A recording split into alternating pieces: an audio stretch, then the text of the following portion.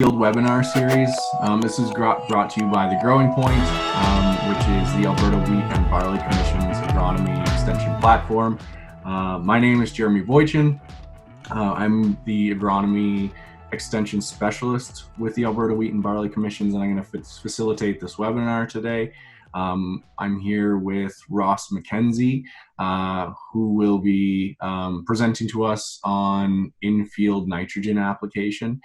We also have Brian Kennedy here with us if he wants to pop on video here quickly. He'll be co-hosting with me as well. So just a little bit of background. So we want to give kind of a hands-on approach to some of this agronomy information, and this is why we developed the Growing Point, which is aimed at providing timely agronomic information that's really science-based.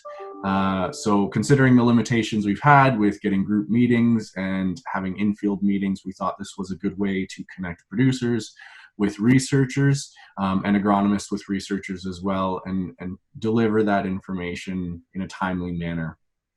So these webinars are our way of doing that. So I hope that you're able to take something away from this webinar today.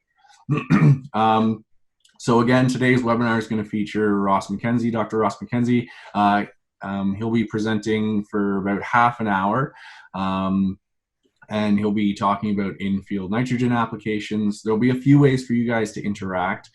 There's a Q&A button at the bottom, which I'll be keeping track of. Good morning, Valar. And there's a raise your hand. And if you raise your hand, it gives me the ability to allow you to talk live and ask your question live. So if you want to speak your question, use the raise your hand function, and then I can give you the ability to talk. You can also use the chat function, and I recommend all of you open that chat box now, and where you type, there is a little drop-down menu that allows you to change your text to go from all panelists to all panelists and attendees. This ensures that everyone who's part of this can see your question. They can actually upvote your question and say, yes, I really want to know the answer to this question. And it just allows all of us to see what everyone's curious about. If you want it to be a little bit more private of a question, the Q&A button will be delivered directly to me. So again, all of these are on the bottom. If you feel like sharing some of this on Twitter, feel free to use the hashtag #TheGrowingPoint, and we'd love to see the engagement online. But that is the end of my introduction. And what I will do is I will pass it on to Ross McKenzie now. Unfortunately, Ross had some technical issues, which he'll explain as we move forward. So we won't be able to see him on video, but we'll certainly hear his wonderful voice. But I'll let him take it away. Thanks, Ross. Okay, well, thanks very much, Jeremy, for inviting me to do this. People often wonder where in the world did I go to school. So I did go to the University of Alberta and took my bachelor's and master's degrees there, and went to the University of Saskatchewan, did my PhD, and my area of interest was really in soil fertility, soil chemistry, and plant nutrition. And I worked with Alberta Agriculture for 38 years, mostly doing soil and crop research. And I retired in 2013. After I retired, I did some contract work, but as of last year, I don't do contract work at all. I'm fully retired, and I like to spend my time skiing and hiking and doing fun things, but I'm always more than happy to share my past experiences with people. So maybe I'll just mention one thing. My computer decided to do an update about 8:15 this morning, and the damn thing is still doing an update, so I've had to borrow my wife's old laptop, and as a result, you can't see me. So you really have the best of both worlds. You can see my presentation, but you can't see my face, so hopefully that's the best of both worlds for you. So Jeremy actually asked me to talk about some of the research we'd done in terms of in-crop nitrogen fertilizer application. And so the question is, does it pay? So it's a very simple question, but unfortunately, it's a very complex question to answer. And so what I'd like to do is just go through some of the things that make up that answer. But to start off with, we would simply say that yes, it does pay to do in-crop nitrogen application if conditions are mostly favorable. But frequently, the conditions are not favorable, and then it's not to your advantage. So in this presentation, what I'd like to do is just talk about basic information on nitrogen and some of the other interactive variables that affect wheat yield and wheat protein. And then from there, after talking about those things, I'd like to talk about 3 different scenarios just to help you kind of see how we would kind of sort things out. But before we do that, I thought I'd just ask you a couple of questions just for me and for all of us. Just the 2 questions I have is, first, have you tried in-crop nitrogen application in the past? That's just simply a yes or no question. And then the second question we'll bring up in a minute. Got that first one up there, Ross, so people are answering now.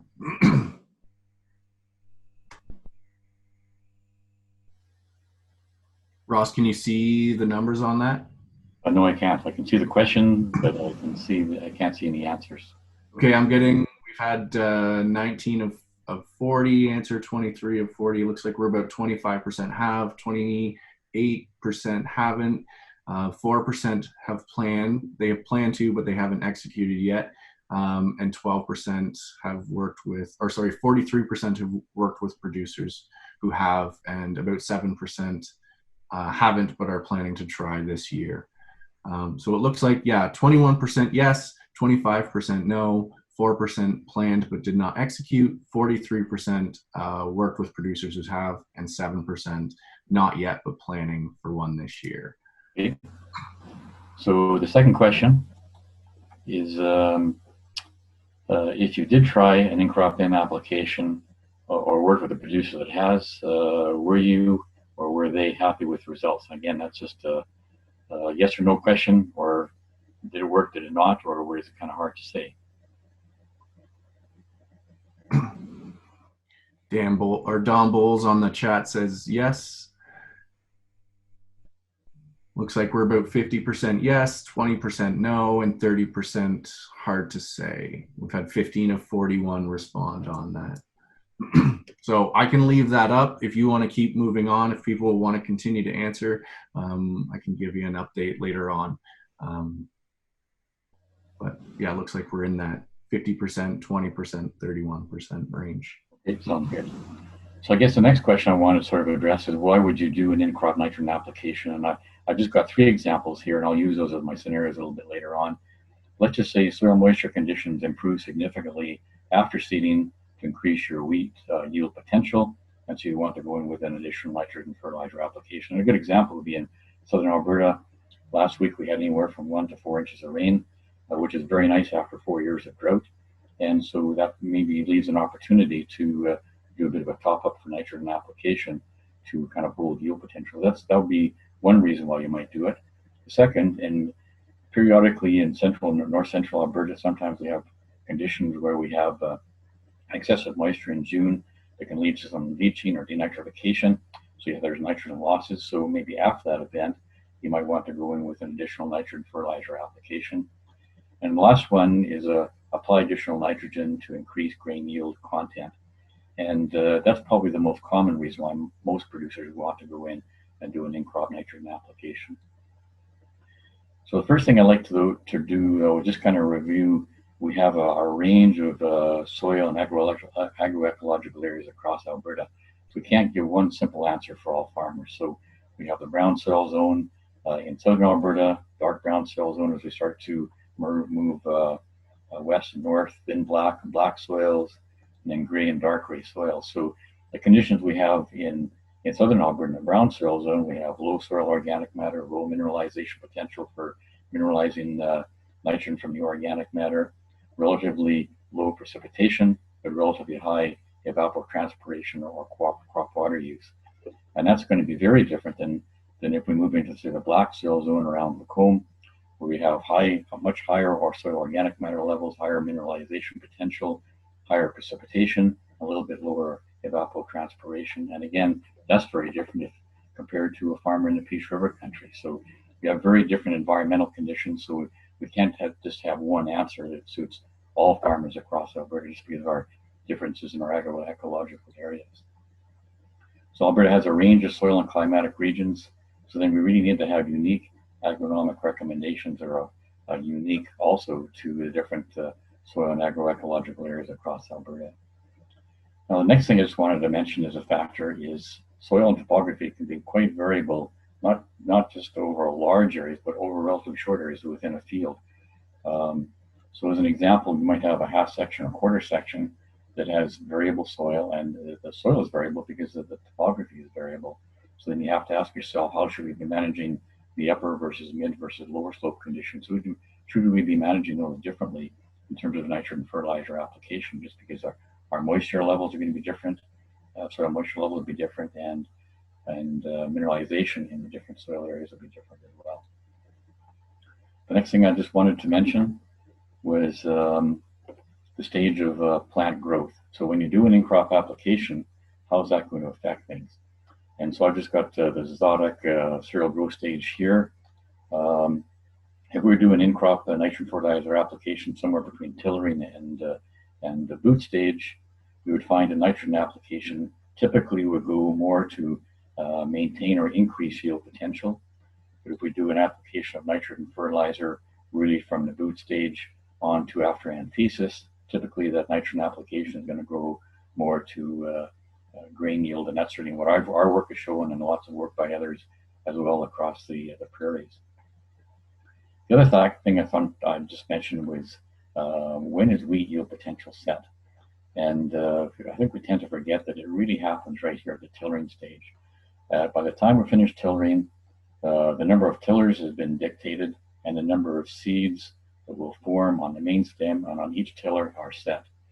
So if we do a nitrogen application after growth stage 29, that application of nitrogen after that stage is not going to increase yield potential, but if we put that fertilizer on, it will help to maintain our yield potential.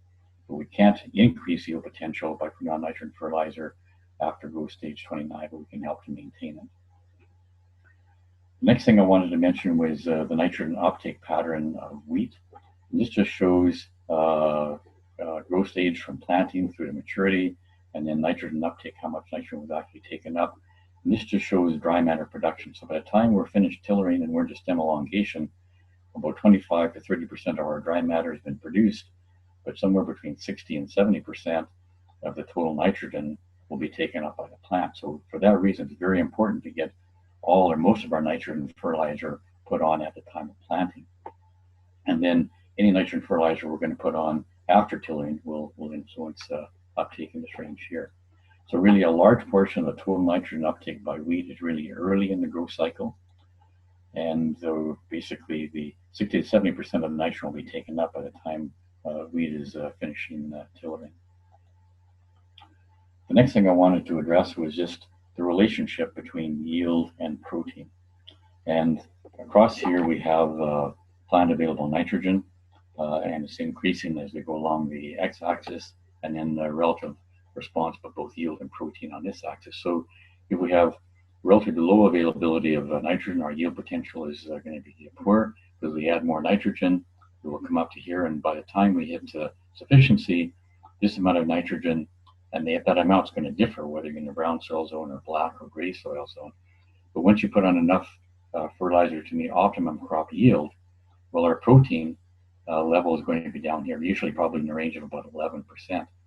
And if we want optimum protein, we're going to have to put on more nitrogen to get it to this level here where we have optimum protein. So the amount of nitrogen that we need for optimum yield is going to be less than what we need for optimum protein. So it's important we realize the relationship between nitrogen versus yield and protein. Now, the next thing I'd like to talk a little bit about is the nitrogen cycle and losses. And it's really important that we understand soil nitrogen and fertilizer nitrogen dynamics, what we mean by mineralization, volatilization, denitrification, and leaching. So I'm just going to take about 2 minutes just to very quickly go through the nitrogen cycle to help you understand that. Typically, one of the most common fertilizers we use at the time of planting is Urea 4600. That's a chemical formula for it. And for this fertilizer to move to an available form, there's an enzyme in soil called urease, and it breaks the bonds right here between the carbon and the oxygen and the NH2. And with good moisture in the soil, the NH2 is going to pick up a hydrogen from the water and change to ammonia. And it's going to pick up another hydrogen, change to ammonium. And then there's a two-stage step with microbes that will change the ammonium to nitrate, and that's the form that wheat takes up. So 95% or more of the nitrogen that we will take up is in this nitrate form. So when we put on fertilizer, we have to expect that fertilizer is going to have to go to a conversion to nitrate for crop uptake. If we put this fertilizer on in the spring, let's say May 1st, it's going to take 3 to 4 weeks for most of that fertilizer to convert over and be taken up by the plant. Now, what happens though if we want to do an in-crop application and put urea down, we broadcast it onto the soil surface?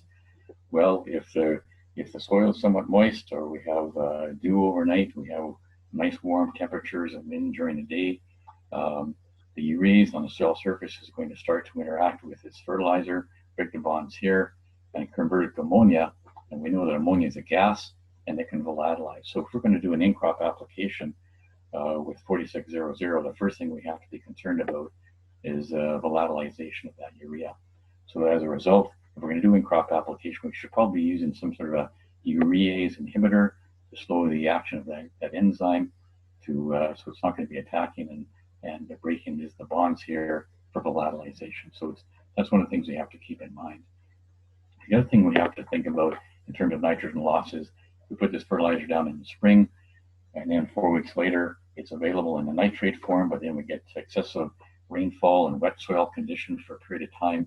That can lead to nitrate losses, and there's 2 ways we can lose it. One is denitrification, where if we have the micropores in the soil are filled with water, so the anaerobic bacteria will start stripping off the oxygen off the nitrate, convert it to nitrite, and then nitrous oxide, and then we lose that off as a gas. So this is when we're concerned about wet soil conditions in June, and the soils are wet and warm for prolonged times. We get denitrification. That tends to occur more. The higher the clay content, the more denitrification we'll see. The sandier the soils with that excess moisture, then we run into more bleaching problems with the nitrate. So these are the two mechanisms of loss that we're going to run into in June, where we have more moisture and more graded light. And we've talked about urea. The other common fertilizer that people tend to use is liquid nitrogen 2800, and I'm often surprised that the number of people are told that, well, if you use liquid fertilizer, it's completely available to the plant. You can put it on and it's completely available right away. Well, unfortunately, that's just not simply the case. Liquid fertilizer 2800 is a quarter nitrate that is available to the plant, but it's also a quarter ammonium, and in its half, 50% of it is in the urea form. So 75% of the nitrogen in liquid fertilizer is not available and has to go through this conversion to become nitrate. So it's important that we understand kind of the dynamics of nitrogen in the soil and fertilizer dynamics and how they work. What I'd like to talk about next is nitrogen efficiencies. So I mentioned that if we sideband our nitrogen fertilizer, say example urea at spring planting, I would hope that it would take 60 to 70% of that would be taken up at a plant. I think 60 would be typical. It's not uncommon. In southern Alberta, we see it up to 70.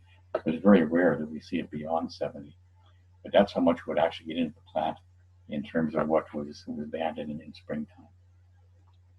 Now, what if we want to do an in-crop application? If we're going to broadcast urea, well, we should be using urease inhibitor.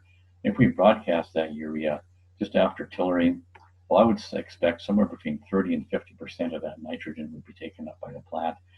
50 would be kind of the best case scenario. Probably 40 might be more realistic. So when you do an in-crop application just after tillering, I would hope that probably about 40% of that would get into the plant. And that's about as good as it's going to get. And what happens if we do that application of in-crop urea with a urease inhibitor and we broadcast it on at the flag leaf to boot stage? Well, then we're putting it on a little bit later in the season. It'll take a little longer, or there's a little less time for the plant to take it up before maturity. So we're probably looking at somewhere between 20 and 40% efficiency of uptake. I would think probably 30 might be a more reasonable estimate of what the uptake would be. Finally, we do an in-crop broadcast application of urea, again using the enzyme, using a urease inhibitor. If we do that anthesis, then the uptake efficiency is about 15%. That's on our work very clearly showed when we did an application to anthesis, about 15% was going to get into the plant. So the later we put that fertilizer on, the less effective it's going to be. And finally is a foliar application, and we do see this quite commonly recommended farmers do a foliar application. But if you do it somewhere between stem elongation and anthesis, how much will really actually enter the plant through the leaves will probably be somewhere between 1 and 5%. And 5% would be probably the absolute best case scenario. Some of the work in Manitoba and work in Alberta was showing is probably about 1%. So it's a very, very inefficient way to put that fertilizer on, expecting that fertilizer to get taken up by the leaves. So when you do a foliar application, really what happens is most of that fertilizer that's on the leaves get washed down by the rain onto the soil surface, and then it's finally taken up by the roots.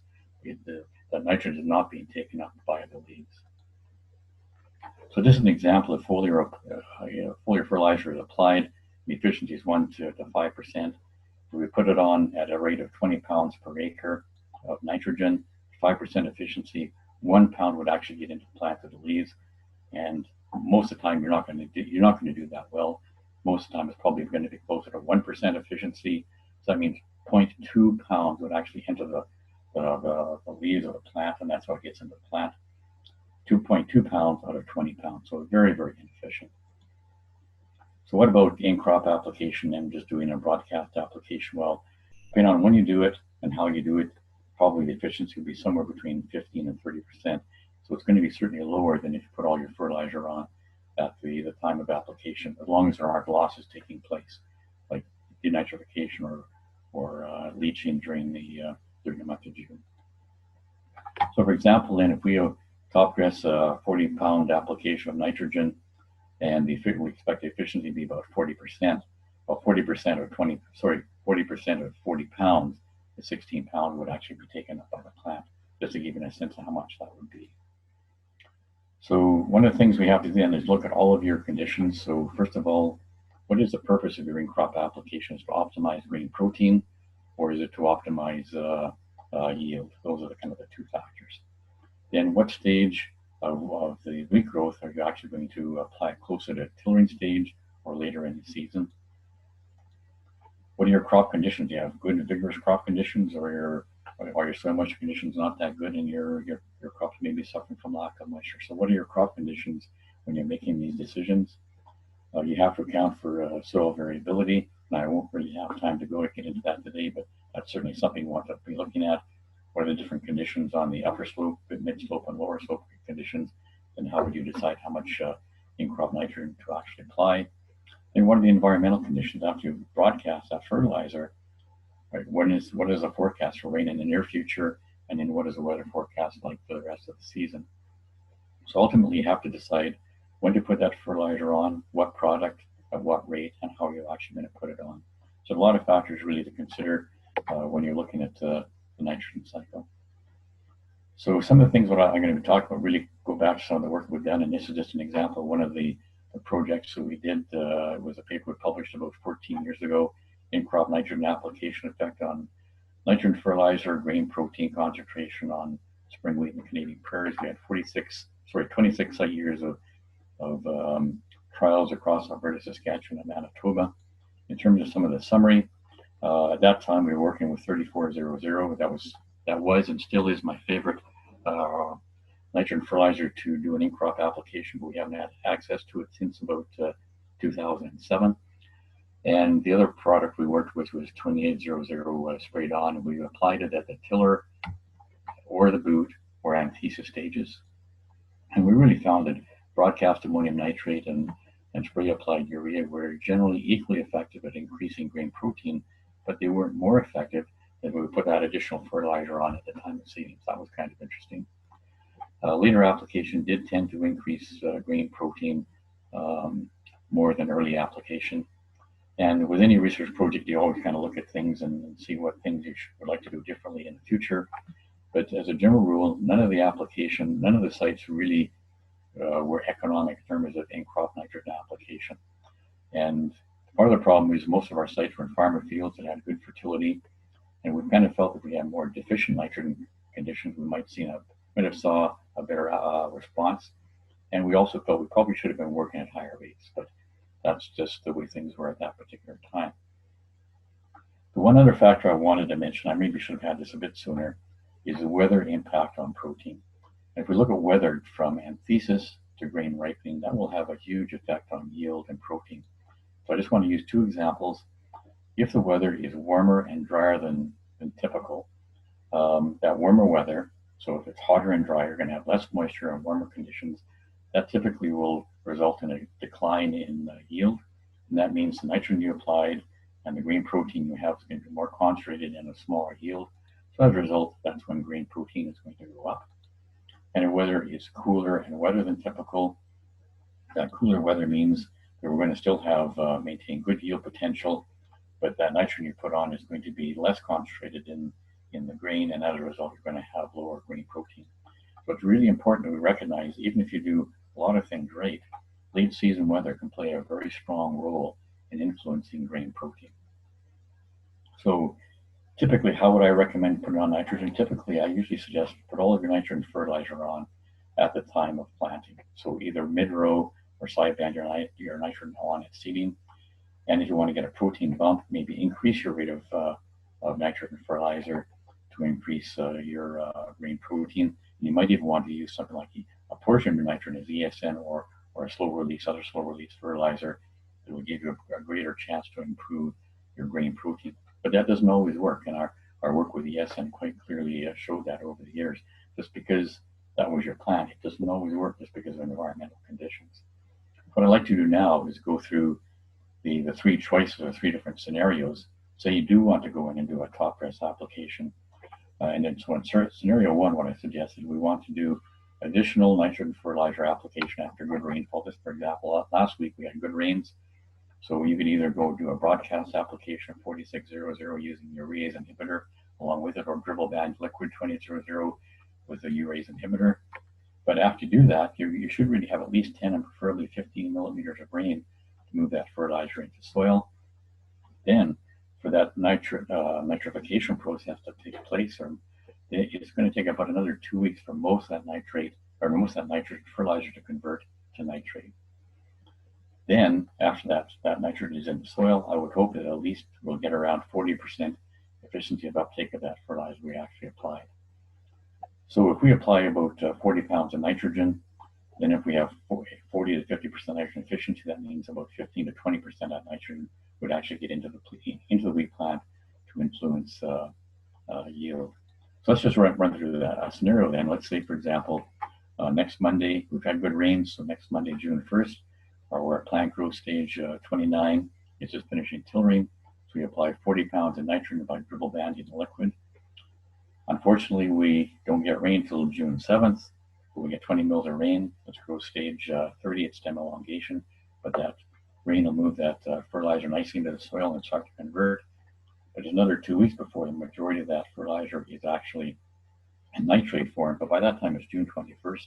So most of the fertilizer converted to nitrate for crop uptake. And if we have 50% efficiency of uptake of that 40 pounds of nitrogen, that means we're going to get 20 pounds of nitrogen into the plant. We need at least 2 pounds of nitrogen per bushel. So that 40 pounds will give us enough nitrogen to increase our yield potential by about 10 bushels. If our efficiency is only 40%, that means we're going to have about 16 pounds of nitrogen available. And again, assuming 2 pounds of nitrogen per bushel, that would be enough for about 8 additional bushels per acre. So that'd be just an example of how it could actually work fairly effectively. As long as we get that fertilizer on in a timely fashion, get some rain to move it in, it could actually make a significant difference to whole yield potential. So the second scenario is top up nitrogen in June, but in this particular case, I said we've had significant wet conditions for the first 2 weeks of June. And so the fertilizer nitrogen we applied and soil nitrogen that is there in that first 2 weeks of June, we're losing some of that nitrogen. I said, well, we're going to estimate we've lost about 25 pounds to denitrification and a bit of leaching. So if we lose 25 pounds and we want to replace it, and where our efficiency of uptake is only going to be 40%, that means we've got to put up upwards of 60 pounds of nitrogen to accommodate that. And so we've had very wet conditions in the first 2 weeks of June. Maybe by June 20th, it's dry enough to actually get in there and do a broadcast application. Then maybe we get rain by June 24th to move it into the soil. Then it's another 2 weeks before it's available. So that puts us July 8th, and by that time we're at Anthesis stage. So really, we've lost nitrogen, but by the time we get it on and it's available, it's not really too late to benefit holding yield potential. It'll probably go to protein, but not to go to maintaining yield. So in this particular situation, this is not uncommon in north central Alberta to have wet conditions in June where we might have some gaseous loss. If you have situations like this more frequently, that's probably a situation we might want to use something like ESN or other slow release fertilizer to hold that fertilizer and prevent losses into early June. Now, the third scenario I have is, and this is what I want to spend a little bit more time on, just talking about in-crop nitrogen application to increase grain protein. So let's assume we've done a good job of putting on nitrogen fertilizer at the time of planting, and you're hoping to have protein concentration of about 12%, but you're thinking about an in-crop nitrogen application to bump it up to 13 or 14% with this in-crop application. So the first thing we have to do is ask ourselves, how much nitrogen is going to be needed to increase protein? So I've just got a little table here. If we're hoping for a 50 bushel per acre crop of wheat, and we're expecting a protein concentration right now of 12%. How much nitrogen we need to bump it up to 13%? Well, we'd need about an extra 5 pounds of nitrogen. I'm just going to take that off the screen. So 5 pounds is going to be needed to bump it up to 13%. We have to put on about 10 pounds to bump it up to 14%, 15 pounds to get it up to 15%. But that's how much we have to get into the plant. And just as an example, what was if our yield potential was 100 bushels, well, then we'd have to have double the amount of nitrogen to have that same influence on protein. So if you have a 50 bushel yield, we need about 10 pounds of nitrogen fertilizer at 14%. But if we had 100 bushel yield potential, we would need 20 pounds of nitrogen in that plant to bump protein up to 14%.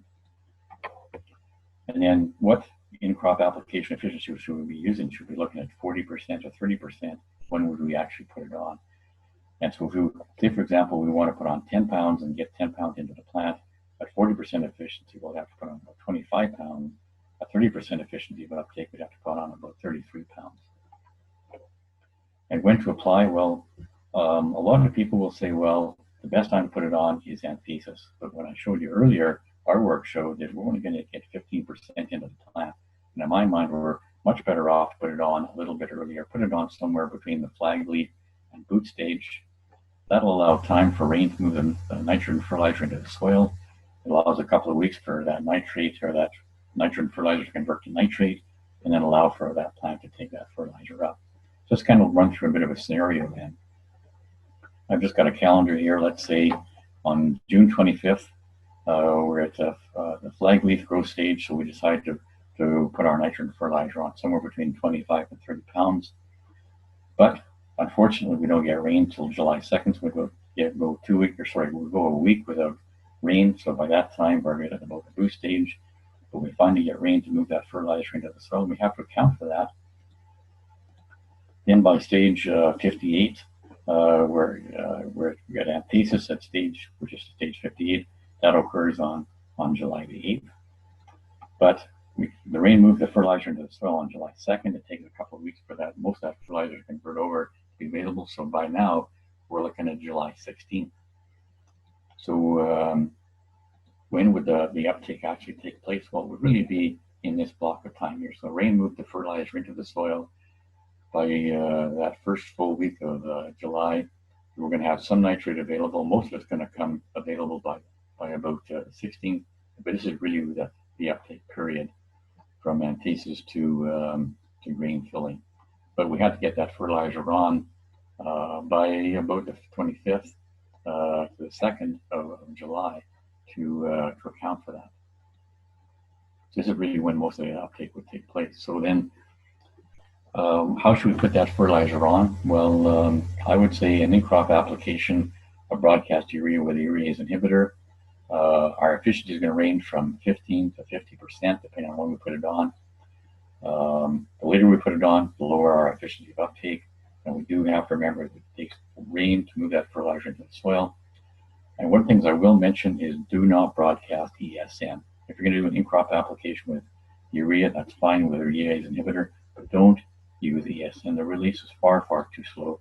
Any broadcast work we did, whether it was winter wheat or on forages, showed very clearly that the urea just takes far, far too long to move into the soil when there's very little contact between that ESN pellet and the soil surface. So the one thing you want to remember is ESN is not recommended for in-crop application in Alberta. That's my opinion, but you'll certainly hear agronomists that might disagree. But our work very has clearly shown that. Second choice is working with the UAN 2800, and it stands for 50% of the fertilizer urea, 25% ammonium, and 25% urea. We have to remember that half that fertilizer is urea, so it will volatilize. So you want to, when you're doing an in-crop application, use your urease inhibitor. Probably about the maximum rate you want to go with is about a 20-pound application, but that could lead to crop burning if you go higher than that. I prefer dribble banding or use spray jet nozzles. You do not use fan nozzles because that's going to spray that fertilizer evenly onto the crop. You're not going to get it taken up to the leaves, and you're probably running into more leaf burn. So use spray jet nozzles or dribble band that fertilizer. And then remember, you have to allow time for rain to move that into the soil and convert to nitrate. And a lot of people forget that step. Foliar application, as mentioned, very inefficient, probably only about 1% uptake through the leaves. We have to remember leaves are designed to capture the energy of the sun, not to absorb large amounts of nutrient. Now you can use foliar application for something like copper. If you only want to get 0.2 pounds into the plant through the leaves, you can do it with a micronutrient. But for a nutrient where you have to get larger amounts in the plant, foliar application is not realistic. And I know that's my opinion there. We might strongly disagree with some agronomists, but that's clearly what our work and other work has shown. Another product that's been somewhat promoted more recently is dissolved urea 2100. We have to remember that you must make this on your own. So you make this 21% dissolved urea yourself. You'll see various recipes, like use 4.5 pounds of urea per gallon. But you have to remember, most of these recipes come from the US. That's a US gallon, not an imperial gallon. And it's an endothermic reaction. It takes warm water, agitation, and heat, and then adding that fertilizer, urea, very slowly for water. And do it on a small scale in a bucket. We want to see what it's really like. But it has been recommended by some, but they recommend foliar application and making the assumption it's going to be taken up to the leaves. Certainly, I doubt very much that dissolved urea will be taken up by the foliage any better than any other nutrient. So I suggest dribble banding it. And I am very concerned about potential urea volatilization. Some people will say, well, if you dissolve the urea, it'll convert over to ammonium, and then you don't have to worry about volatilization. And everything I know about chemistry, really all you're doing is just dissolving that urea, and then that conversion over to ammonium and then nitrate will have to take place in the soil. The good thing about this particular product, you don't run into leaf burning like you would with 2800. But I do really wonder about the need for urease inhibitor. And I'm asking lots of questions here because I've never actually, there are a lot of products I've worked with, but I have not actually worked with dissolved urea in a foliar application. So my concerns with in-crop application then, the one thing I will say is there really seems to be a clash between scientific knowledge, and what I've tried to do is give you my sense of the scientific knowledge from the work that's been done across Western Canada. But there's a real clash between scientific knowledge and promotion and marketing of in-crop nitrogen application. If you see it frequently promoted, and it's my opinion, it's maybe not as good as what a lot of people make it out to be. And this comment just came from the site that I saw the other day. Research has shown that foliar nitrogen applied just prior to heading through to post-flowering contribute to a protein increase. And essentially that is true, but they kind of imply it'll be through foliar uptake, and they don't mention at all what kind of efficiency you're running into, probably between 30 down to 15% efficiency of uptake. So I guess the one comment I do want to make is it's my opinion that in-crop nitrogen application, it can certainly work, but it tends to be promoted beyond its true significance in Alberta. So just as a summary then and to review, first of all, you have to decide what's the purpose of your application, when are you going to put that fertilizer on, what are your crop conditions, you have to account for soil variability, what are the environmental conditions that after you apply and then during the green fill period, and ultimately you have to decide when you're going to put it on. Whoops, went too fast my trigger finger. When you're going to put that on, what nitrogen product you're going to put on, how you're going to protect it from losses, what rate should you put on, and how should you actually put it on. So in terms of summary, can in-crop nitrogen pay? Well, really all I can do is say possibly. If it's done wisely, that's going to help, but environmental conditions also must be favorable. So even if you do everything right, environmental conditions might prevent you from actually achieving your actual goal. So that's the first thing. So if you are going to do an in-crop application, consider all of your variables. Make sure you use a high enough rate to actually make a difference in your yield or your protein. Remember that later application will reduce nitrogen fertilizer uptake efficiency. And if you are going to do it, I always suggest leave at least 3 check strips in your field where you don't apply it. And so then you can check yield, check your grain yield in a check strip and the strip immediately adjacent. So you know what your grain yield is both with and without the treatment. You can also compare your grain protein concentration both with and without. And then from there, then you can actually calculate your nitrogen uptake efficiency, whether 15% or 30% or 40%. And then by doing that, it also tells you what was your economic benefit. So I can't tell you, can it pay? I can simply say it possibly can if everything is done right and environmental conditions are your favor. But ultimately, you want to do your on-farm trialing and ultimately for yourself, see if it's really of an economic benefit. So that's it for the presentation. I'll probably take a little bit longer than what I planned and make it a little faster.